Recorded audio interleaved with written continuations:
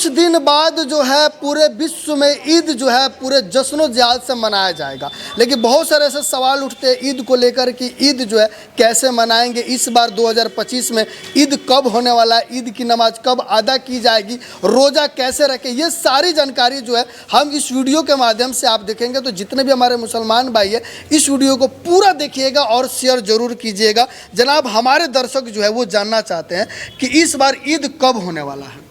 देखिए, ईद जो है चांद के ऊपर है। हाँ। चांद अगर 29 तारीख का हुआ इतवार के रोज़ तो सोमवार को ईद मनाया जाएगा। अगर 30 रोज़ा मुकम्मल हुआ तो ईद मंगल को मनाया जाएगा, यानी 1 तारीख को। 1 तारीख को मतलब कि इस बार 2025 में ईद जो है वो 30 या 1 तारीख को, इन दोनों के 31 या 1 तारीख को आने वाला है। जी जी जी, जी। लेकिन 31 से पहले जो इस बीच में जो है रोज़ा भी रखा जाता है, तो ये रोज़ा जो है कैसे रखना चाहिए, क्योंकि बहुत सारे ऐसे मुस्लिम भाई हो जो रोज़ा रख रहे हैं, कुछ लोगों को नॉलेज नहीं होता है, हिंदू भाई भी है, उनको भी जानने की उत्सुकता होती है कि रोज़ा कैसे रखें। देखिए, रोज़ा जो है ये अल्लाह का हुक्म है और रोज़ा साल में 1 महीना रखना है। रमज़ान के महीने में रोज़ा पूरे 1 महीने, पूरा 1 महीना रोज़ा होता है। कभी 29 दिन का होता है, कभी 1 महीने का होता है। और रोज़ा रखने का मकसद ये होता है, कुरान की एक आयत है, मेरा कुरान जो है इसमें पूरी ज़िंदगी जीने का पूरा नक्शा इसके अंदर मौजूद है।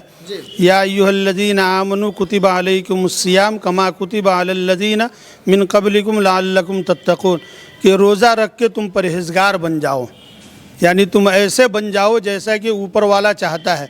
रोज़ा सिर्फ भूखे और प्यासे रहने का नाम नहीं है। रोज़ा जो है ये ज़ुबान का भी रोज़ा है कि रोज़ा रख के आदमी झूठ न बोले, रोज़ा रख के किसी को गाली न दे, रोज़ा रख के किसी के ऊपर बहतान न करे, रोज़ा रख के किसी के साथ जुल्म ज़्यादती न करे। ये मकसद होता है कि 1 महीना इसको रोज़े के अंदर ऐसी ट्रेनिंग इसके अंदर आ जाए कि रोज़ा गुजरने के बाद 11 महीने इससे किसी को तकलीफ़ ना पहुँचे और इंसान बन के ज़िंदगी गुजारे। ये 1 महीना जो रोज़ा चलता है, इस 1 महीने रोज़े में क्या किया जाता है, क्या क्या करना पड़ता है? देखिए, रोज़ा जो है रमज़ान के महीने में करने के लिए बहुत सारी चीज़ें हैं, लेकिन असल चीज़ होता है कि जब आदमी रोज़ा रहे तो कुरान की तिलावत करे, कुरान को पढ़े, कुरान को समझे, अल्लाह की हम्द व सना करे, ज़िक्र करे। यानी सुबह उठने से लेके रात को सोने तक सिर्फ आपको अल्लाह को राज़ी करने का काम करना है कि मौला राज़ी हो जाए, और अपने ज़िंदगी को बनाना है कि हम इंसान बन जाएं। और इंसान ऐसा इंसान बनना है जो इंसान रब चाहता है और जैसा मेरे नबी चाहते हैं उस तरीके से अपने ज़िंदगी को गुजारना है। मैं बताया आपको कि रोज़ा का मकसद भूखे रहना नहीं है। रोज़ा का मकसद ये है कि ज़ुबान से भी सामने वाला आपसे महफूज रहे, उसके हाथ से भी आप महफूज रहे, उसके हर अमल से आप महफूज रहें, आपको कहीं कोई तकलीफ़ न पहुँचे, चाहे वो इंसान किसी भी धर्म, किसी की जाति, कहीं का भी रहने वाला है। लेकिन उसके लिए सबकी इज़्ज़त उसके ऊपर लाजिम है कि वो इज़्ज़त करे, एहतराम करे। दूसरा चीज़ ये है कि रोज़ा के अंदर आदमी फ़ितरा निकालता है, ज़कात निकालता है। तो ज़कात का मतलब ये होता है कि वो गरीबों को चुने, जिसके पास खाने की दिक्कत है, पहनने की दिक्कत है, उसको अपने ज़कात की रकम दे के उसका भी दुख दूर हो। रोज़ा रखने का मकसद ये भी होता है कि तुमको ये भूख प्यास कैसी महसूस हो रही है, ऐसे ही गरीबों के बारे में सोचो कि जब वो भूखा रहता है तो उसको भी ऐसे ही महसूस होती है। फ़ितरा है एक, इस साल तो 60 रुपये फ़ितरा निकाला गया है। तो ये फ़ितरा जो है उन गरीबों को दिया जाता है जिनको खाने की ज़रूरत है, कपड़े की ज़रूरत है, बीमार हैं, दवा इलाज की ज़रूरत है। और ये फ़ितरा जो निकाला जाता है, शव्वाल का जो चांद होता है, ईद की नमाज़ पढ़ने जो हम सुबह जाते हैं, ईदगाह जाने से पहले पहले वो फ़ितरे का रकम दे देना है। और अगर कोई फ़ितरे का रकम नहीं दिया तो उसने समझिए कि अल्लाह के एक हुक्म को तोड़ा। और मेरे नबी सल्लल्लाहु अलैहि वसल्लम ने फरमाया कि जो रोज़ा रखे वही ईद की नमाज़ पढ़े, जो रोज़ा न रखे वो हमारे ईदगाह के करीब भी ना आए, जो नमाज न पढ़े वो हमारे ईदगाह के भी करीब ना आए। नमाज, जो आपने पूछा है कि नमाज क्या चीज़ है, नमाज ये रब की रज़ा है। और जब इंसान नमाज पढ़ता है तो उसके अंदर से सारी बुराइयां धीरे धीरे धीरे धीरे निकल जाती है। अक्सर देखा जाए रोजे के समय में जो है सूरज निकलने से पहले जो है खाया जाता है और सूरज ढलने के बाद जो है खाया जाता है। ये क्या चीज़ है जैसे मैं खाया जाता बोल रहा हूँ, इसको किस नाम से जानते हैं और वो क्या ऐसा काम किया जाता है? देखिए, रोज़ा रखने के लिए पहले सेहरी खाया जाता है। तो सेहरी ये नबी का हुक्म है कि सहरी खाओ, इसके अंदर बरकत है, इससे जिस्म के अंदर लागरपन यानी कमज़ोरी नहीं आती है। तो सहरी खाने का आपका अपना चाहत है कि आप क्या खाना चाहते हैं। सिर्फ एक खजूर खा के अगर एक गिलास पानी पी लेते हैं वो भी आपका सहरी हो गया।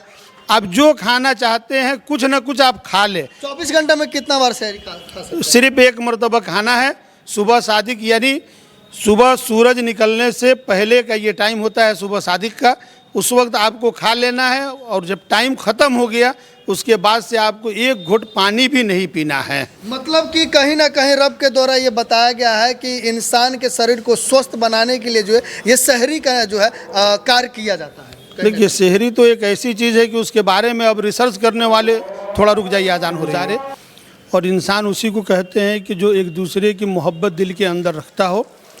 और नमाज का असल मकसद ये है कि उसके ज़िंदगी के अंदर से बुराई ख़त्म हो जाए, बेहाई ख़त्म हो जाए, बेशर्मी ख़त्म हो जाए, वो झूठ न बोले, वो किसी की बुराई न करे, किसी के ऊपर बहतान न बनाए और किसी की इज़्ज़त को न उतारे, दूसरे की इज़्ज़त की पर्दापोशी करे, हर एक की इज़्ज़त करे। भाई की उम्र का है उसको भाई समझे, बाप की उम्र का है उसको अपना बाप समझे, माँ की उम्र की है उसको भी अपनी माँ समझे। नमाज का असल मकसद है कि इंसान इंसान बन जाए। इंसान बन जाए। तो ये जरा बताइए कि नमाज आखिर कब अदा करना चाहिए, कब पढ़ा जाता है नमाज? नमाज देखिए 24 घंटा में 5 वक्त की नमाज पढ़ी जाती है। 5 वक्त की नमाज? जी, सबसे पहले फजर की नमाज होती है जो सुबह के वक्त में होती है सूरज निकलने से पहले जी। उसके बाद ज़ोहर की नमाज़ पढ़ी जाए। फजर की नमाज़ का मैं बता दूं, फजर की नमाज़ जब आदमी पढ़ता है तो उसका दिन बहुत अच्छा तरीक़ा से गुजरता है कि सुबह में वो अपने खुदा का नाम लेके अपने दिन की शुरुआत करता है, तो उससे दूसरों को नफ़ा पहुंचता है और उसकी ज़िंदगी में चैन और सुकून होती है और मौला जिसका राज़ी हो गया उसका सब काम आसान हो जाता है।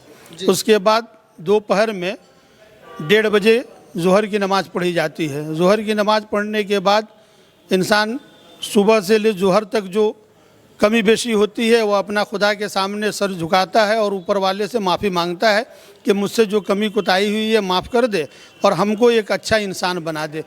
मकसद ये है नमाज का कि हम इंसान बन जाएं और बुराई से बच के एक समाज के लिए अच्छा इंसान हम बने। उसके बाद फिर असर की नमाज़ पढ़ी जाती है सूरज डूबने से तकरीबन 1.5 से पौने 2 घंटा पहले। उसके बाद फिर मगरिब की नमाज़ पढ़ी जाती है जो ऐन सूरज डूबने के बाद पढ़ी जाती है। उसके बाद फिर एक इशा की नमाज़ होती है जो सूरज डूबने के 1.5 से पौने 2 घंटे के बाद होती है। आखिर में ये नमाज जो पढ़ी जाती है उसमें क्या पढ़ा जाता है, क्या किया जाता है, थोड़ा सा शॉर्ट में बताइए। देखिए नमाज में सिर्फ रब की तारीफ़ की जाती है जो इस कायनात को बनाने वाला है, बस उसकी तारीफ़ की जाती है, उसकी बड़ाई बयान की जाती है। और उसकी तारीफ़ और बड़ाई बयान करने के बाद में बंदा अपनी ज़रूरत उसके सामने रखता है, अपनी हाजत सामने रखता है और उससे मांगता है कि तू मेरी हाजत को, मेरी मुराद को पूरा कर। नमाज का मकसद यही है।